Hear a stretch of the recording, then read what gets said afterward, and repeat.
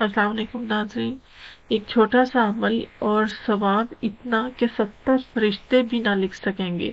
فرمایا جو بندہ بھی یہ لفظ پڑھتا ہے اللہ تعالیٰ 70 فرشتوں کو 1000 دن تک مشکل میں ڈال دیتا ہے کہ وہ اس کا ثواب لکھتے رہیں، اس کی نیکیاں لکھتے رہیں۔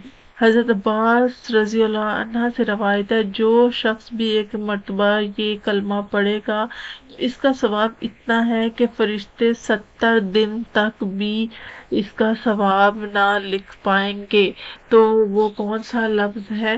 وہ ہے جزا اللہ ان محمد ما هو اہلہ۔